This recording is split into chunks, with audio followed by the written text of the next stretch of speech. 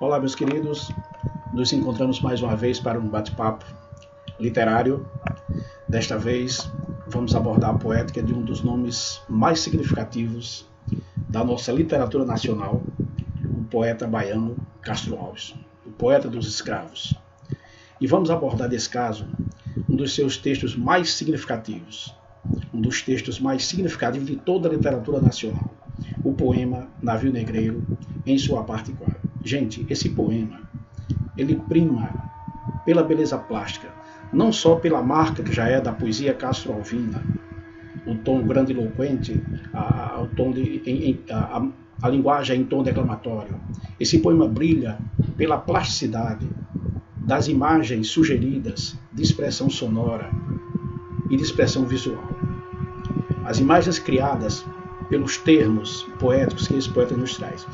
Vejamos aqui nesse primeiro slide, essa primeira parte, esse recorte da parte 4, na verdade, que a gente vai ler para sentir exatamente essa plasticidade sonora, para depois explorarmos a plasticidade visual que esse som e que essas expressões nos trazem. Estamos em pleno mar. Era um sonho dantesco tombadilho, que das luzernas avermelha o brilho, em sangue a se banhar. Tinir de ferros instalado açoite, legião de homens negros como a noite, horrendos a dançar. Negras mulheres suspendendo as tetas, magras crianças cujas bocas pretas regam o sangue das mães. Outras moças, mas nuas, espantadas, no turbilhão de espectros arrastadas, em ânsia e mágoas vãs. E ri-se a orquestra irônica estridente, e da ronda fantástica a serpente faz doudas espirais. Se o velho arqueja, se no chão resvala, ouvem-se gritos, o chicote estala, e voam mais e mais. Presa dos elos de uma só cadeia, a multidão faminta cambaleia, e chora e dança ali. Um de raiva delira, outro enlouquece, outro que de martírios embrutece, cantando geme e ri. No entanto, o capitão manda a manobra, e após, fitando o céu que se desdobra, tão puro sobre o mar, desde o fumo entre os densos nevoeiros, vibrai rijo chicote mareiros, fazei-os mais dançar. Galerinha, vejam essa primeira estrofe dessa parte. As mais exploradas, olha a imagem sonora primeiro, esse estamos, esse silvo desse fonema sibilar, né? Essa sequência, sonho dantesco, das luzernas em sangue a se banhar. Então você tem aí o silvo, primeiramente, do chicote. Tá? Também os verbos, os substantivos abstratos colocados. Né? Primeiro vejamos aí como é que ele caracteriza esse quadro. Já no segundo verso, quando ele nos coloca, né, aqui era um sonho dantesco. Dantesco vem de Dante, é uma referência claríssima, né, ao inferno de Dante, da Divina Comédia, Dante Alighieri, renascentista italiano. Né? E quando ele coloca que das luzernas avermelha o brilho, as luzes do tombadilho, veja que esse avermelha mistura-se ao sangue dos escravos, ao sangue dos que estão sendo transportados no porão do navio. Então você tem aí esse amarelo, esse vermelho das luzes e do sangue misturando-se também com o negro, com a cor preta. Afinal de contas, é a legião de homens negros como a noite. Tá? Então se mistura, e esse adjetivo horrendos, horroroso, que também tem a ver com a penumbra, com o clima soturno que o poema nos traz, pela tristeza que era esse quadro, que ele caracteriza como um quadro dantesco. Na segunda estrofe, ele falou dos homens negros, vai falar das meninas, das mulheres, tá? De negras mulheres que levam até as tetas, suspendem até os seios, magras crianças, e aí ele retoma, cujas bocas pretas rega o sangue das mães. Então não tem mais leite para regar. Acabou. Está regando já o sangue. Doloroso isso. Né? Terrível. Perceba que mais uma vez ele mistura as cores. E olhando para essa questão da plástica, dos sons, você tem na primeira estrofe, tem o tinir dos ferros. Então você imagina o som que vai configurar essa orquestra irônica estridente que ele fala aqui na terceira estrofe. Essa orquestra também é uma metáfora. Também é uma metáfora, assim como essa dança. Não é dança coisa nenhuma. A dança são as tentativas, o contorcionismo dos corpos, ou pela dor da chicotada, ou tentando se livrar delas, Então não há dança, assim como não há orquestra. A orquestra é irônica. A orquestra é esse conjunto, essa fusão de sons, essa sinfonia de sons que começa pelo time dos ferros, pelo estalar do açoite, do chicote, pelos gritos. Tá? E aí ele coloca aqui na terceira, e ri-se a orquestra irônica estridente. E a fantástica serpente, essa fantástica serpente é outra metáfora, gente. É o chicote que faz todas as espirais, né, no ar. Então, veja como é construída para nós a imagem dessas torturas. Que imagens gritantes, que imagens poéticas, apesar de trágicas, belíssimas. Né? É a fusão do grotesco do sublime no sentido de quê? O sublime é essa linguagem, a habilidade de criar essa imagem. O grotesco é imaginar essa cena. Isso é romântico, né? E olha aqui, presa dos elos de uma só cadeia, a multidão faminta cambaleia. E aí tem um verso aqui que é chocante, pessoal. Esse paralelo, esse final dessa quarta estrofe. Um de raiva delira, outro enlouquece. Outro que de martírios embrutece, cantando geme e ri. Gente, o personagem faz 3 ações misturadas, o que comprova que enlouqueceu completamente. Chorando, cantando, geme e ri. Então imagina o quadro de alguém que não suporta mais as chicotadas e chora, ri e canta. Já está insensível talvez o corpo, talvez o efeito já esteja passando acima de outra. É doloroso pensar nisso, mas é o que o lírico nos apresenta, né? No entanto, quer dizer, apesar de tudo isso, o capitão manda e diz aqui: vibrai rijo, o chicote, marido, fazei-os mais dançar.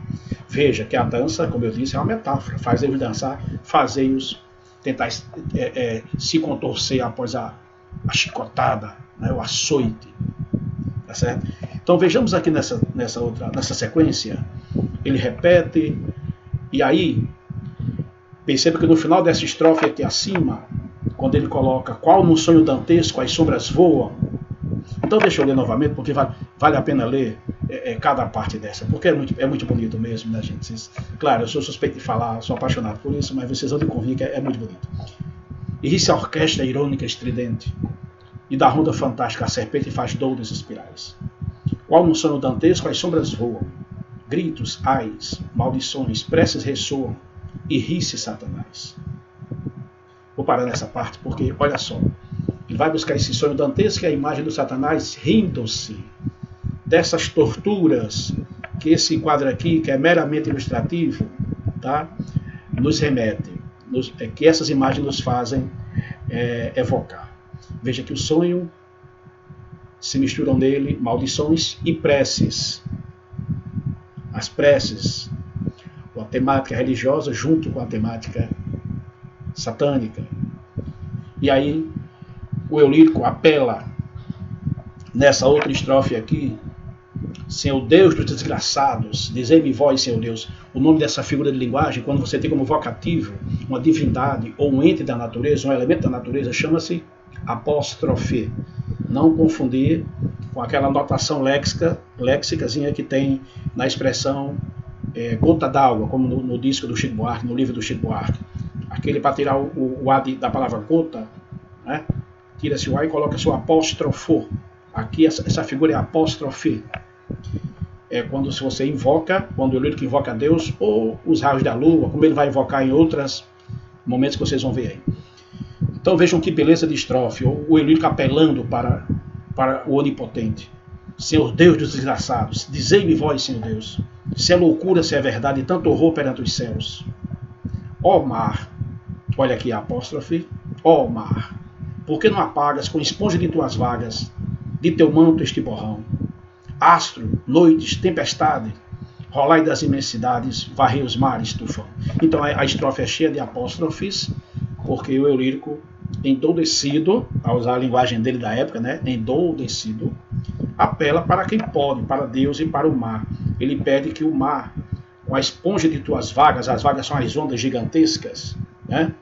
Por que ele não apaga do manto, desse manto lindo, azul, que é a água? Por que ele não apaga disso esse borrão? O que é o borrão? A mancha, o que ele vai chamar mais tarde no poema de brigue imundo, o navio negreiro. Por que não afunda isso e acaba de vez com isso? Né? Rolar das imensidades, varrer os mares, tufão. Então, o desespero do eu lírico ao assistir a esta cena. Veja na sequência. Aqui vai haver um questionamento de quem seriam, né, do anonimato dessas personagens sofridas. Olha só que beleza, essa estrofe é muito bonita também. Quem são estes desgraçados que não encontram em vós mais que o ricalmo da turba que excita a fúria de algoz? Quem são? Se a estrela se cala, se a vaga pressa resvala, como um cúmplice fugaz, perante a noite confusa, dize-o tu, severa musa, musa libérrima, audaz. Então ele questiona nessa estrofe quem são essas pessoas que estão sofrendo e que só com esse sofrimento apenas não encontra mais do que a risada e a fúria dos algozes. Tá? E aí ele deixa de apelar para Deus, deixa de apelar para o mar, para o tufão, e apela perguntando à própria musa, a musa dele é a própria poesia, gente. Diz-o tu, severa musa, musa libérrima, libérrima, superlativo absoluto sintético do adjetivo liberto, livre, livre, libérrima, audaz, audaciosa. Então ele pede para a poesia dizer para ele quem são esses desgraçados. E ela responde aqui na estrofe seguinte. A poesia atende ao pedido do eu lírico e responde logo a seguir. São os filhos do deserto, onde a terra expôs a luz, onde voa em campo aberto a tribo dos homens nus. São os guerreiros ousados, que com os tigres mosqueados combatem na solidão. Homens simples, fortes, bravos, hoje míseros escravos, sem ar, sem luz, sem razão. Então a musa responde inicialmente que esses sofridos escravos já foram homens fortes que lutavam, eram guerreiros da tribo dos homens nus, onde a terra espousa, onde a terra casa-se com a luz, no deserto da África, do seu continente. A tribo dos homens nus são os guerreiros ousados. E aí ele apresenta os homens, e agora aqui na estrofe seguinte, ele vai nos apresentar essas mulheres que compõem esse quadro dantesco. A musa vai responder ao eu lírico, né? São mulheres desgraçadas como Agar o foi também, que sedentas, alquebradas, de longe, bem longe vêm, trazendo com tíbios passos, filhos e algemas nos braços, n'alma lágrimas e fel. Como Agar, sofrendo tanto, que nem o leite do pranto tem que dar para Ismael. Gente, essa estrofe é magnífica. Ele vai fazer um trabalho aí de intertextualidade com a personagem bíblica, Agar, que era serva de Abraão, né? E como Sara não podia conceber, depois ele pede a Deus, primeiro Sara permite que ele conceba o filho com Agar, com a sua serva. E aí Abraão concebe com Sara Ismael. Mas depois Deus dá a Sara a concepção, né? A bênção da concepção, de ter filhos. E aí, quando nasce o filho legítimo de Sara, né? Sara começa a sentir ciúmes do filho bastardo, porque é filho de Agar, né? E aí pede a Abraão que expulse Agar com o filho que não é legítimo, não é dela, de casa, né? E aí eles vão para o deserto chorar. E aí Agar mulheres também não tem mais o leite para dar para Ismael. Então veja que ele compara essa personagem bíblica, tá, com essas moças, com essas mulheres que estão com os filhos aí sem ter o que dar de comer. É linda essa relação com a Bíblia, né? E aí continua, lá nas areias infindas, das palmeiras no país, nasceram crianças lindas, viraram moças gentis. Passa um dia a caravana, quando a virgem na cabana cisma das noites nos véus. Adeus, ó choça do monte, adeus, palmeiras da fonte, adeus, amores, adeus. E aí começa a desgraça dessas pessoas. O eu lírico remonta ao período em que essas pessoas viviam felizes nas suas tribos, nos desertos de África, nas florestas de África. Quando passa um dia a caravana, que são a caravana dos colonizadores, que trouxeram do continente africano essas pessoas que lá eram guerreiras, eram princesas, e aqui viraram a condição miserável de escravos. E aí ele vai trabalhar essa parte aqui, vai repetir um pouco aquele desespero de pedir a Deus, né? A gente já viu isso aqui na outra estrofe, tá? É a repetição, é a reiteração desse desespero de pedir ao mar que, com essa onda que eu coloquei aqui, essa imagem ilustrativa, que essa onda possa apagar esse absurdo, apagar esse quadro horrível de sofrimento a que ele assiste. E é nessa parte aqui, a partir dessa estrofe que vem, galerinha, que começa uma conotação mais politizada da chamada literatura engajada, ou engajamento literário, da poesia social, chamada também poesia condoreira, por conta do condor, essa ave que representa essa poesia, porque ela tem o voo mais alto das Américas, o condor. Então, alto também é o voo, o pensamento do poeta. Esse pensamento, esse sonho do poeta é muito alto, igual o voo do condor. É o sonho de ver essa nação livre dessa página horrível que é a escravidão negra. O poeta sonhava alto também, por isso que comparece o condor. É chamada também de poesia hugoana, do sobrenome Hugo, Victor Hugo, o baluarte da Revolução Francesa, o homem que mais pregou a liberdade, um dos mais pregaram a liberdade na França. E aqui entra a conotação mais política, mais engajada do poema. E existe um povo que a bandeira empresta para cobrir tanta infâmia e cobardia, e deixa a transformar-se nessa festa em manto impuro de bacante fria. Meu Deus, mas que bandeira é esta, que impudente na gávea tripudia? Silêncio, musa, chora tanto que o pavilhão se lave no seu pranto. Então ele fala do nosso pavilhão, do nosso estandarte, da nossa bandeira, que serve hoje para cobrir. Então veja que ele está aí, pessoal, denunciando a conivência do povo brasileiro, tá certo? Que assiste a isso, que a bandeira está lá em cima na gávea, a gávea é o mastro central do navio, a nossa bandeira está lá assistindo a essa aberração, tá? Quando ele coloca, deixa transformar-se nessa festa em manto impuro. Então a nossa bandeira passa a ser um manto impuro, porque cobre, tá? Cobre no sentido de aceitar, de ser conivente, de ser cúmplice dessa barbárie, e se transforma em manto impuro, de bacante fria, de bacante insensível. Então as bacantes são as ninfas, as ninfetas das festas de Baco, que no caso aí seriam esses homens que estão, os algozes, os que se riem com o sofrimento desses escravos. E aí ele pede que a musa enxugue esse pranto no seu pavilhão, no estandarte que é a bandeira nacional. Veja como a pegada aí já é bem política, já é bem engajada. E aí você tem esse final lindo de poema. Auriverde pendão de minha terra, que a brisa do Brasil beija e balança, estandarte que a luz do sol encerra e as promessas divinas da esperança. Tu, que da liberdade após a guerra, foste hasteado dos heróis da lança, antes te houvessem roto na batalha, que servires a um povo de mortalha. Fatalidade atroz que a mente esmaga, extingue nesta hora o briga imundo, o trilho que Colombo abriu na vaga, como íris no pélago profundo. Mas é infâmia demais, da etérea plaga, levantai-vos, heróis de um novo mundo. Andrada, arranca este pendão dos ares. Colombo, fecha a porta dos teus mares. Gente, é belíssimo, é belíssimo. Esse poema é demais. E veja que aqui nessa estrofe anterior, quando ele começa colocando aqui o auriverde pendão da minha terra, o auriverde é essa bandeira nacional, a referência ao ouro, áureo e ao verde, né? O áureo também ao claro, ao branco, as cores da bandeira nacional. E aí tem uma belíssima aliteração, lembrando essa figurinha, repetição de fonemas consonantais, perceba na leitura, que a brisa do Brasil beija e balança. Esse bebê sugere, você vai dizer, mas pode ser uma viagem. Mas é que sim, poesia é viagem sim, galerinha.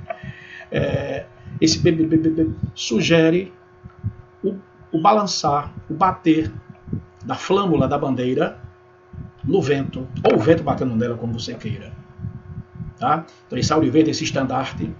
E aí você tem aqui um hipérbato fantástico. Tu, que da liberdade após a guerra, foste hasteado nos heróis da lança, ou seja, tu, que após a guerra da liberdade, fosse hasteado na lança dos heróis, antes que houvessem roto na batalha, quer dizer, tivessem rasgado, do que servir hoje de mortalha a um povo. Então, essa figura em que os termos da oração se invertem radicalmente é uma figura de inversão, não. É mais que uma inversão. Inversão é uma figura de construção. É um hipérbato. É uma inversão radical dos termos que atendem a uma série de coisas, como a métrica, a rima e tal, mas não deixa de ter a beleza prática quando a gente interpreta direitinho a estrofe, não é mesmo? E aí, olha o fechamento dessa parte, como é lindo. Ele pede que essa fatalidade que esmaga a nossa mente, que tudo isso extingue nessa hora o briga imundo, acaba esse navio, fecha o trilho que Colombo abriu na vaga marinha, a vaga é a onda marinha, Colombo abriu, e aí ele pede aos heróis que já morreram, por isso que ele fala, levantai-vos, heróis do novo mundo, da etérea plaga. A etérea plaga seria a dimensão onde eles estão, que eles venham até aqui, já que já faleceram. Ele clama por dois dos heróis, pelo menos para a cultura elitista, para a cultura acadêmica, são os heróis do novo mundo. Andrada, arranca este pendão dos ares. Uma referência a José Bonifácio de Andrada, o patrono da independência. Ele pede para tirar essa bandeira dos ares porque está envergonhando o povo ao cobrir estas cenas. E ele pede a Colombo, responsável por isso aqui, veja aqui o Memorial da América Latina, essa mão aberta sangrando com o mapa da América do Sul sangrando. Ele pede a Colombo para fechar a porta dos teus mares, porque foi ele quem abriu. É como se o Eulírico dissesse, Colombo, a culpa é tua desse horror a que estamos assistindo. Fecha essa porta, era para ter fechado, para não deixar trazer para cá esse povo escravizado. Nem para terem vindo, nem Colombo, nem Andrada, nem ninguém, essa terra aqui é dos nativos. Meus queridos, é uma análise um pouco longa.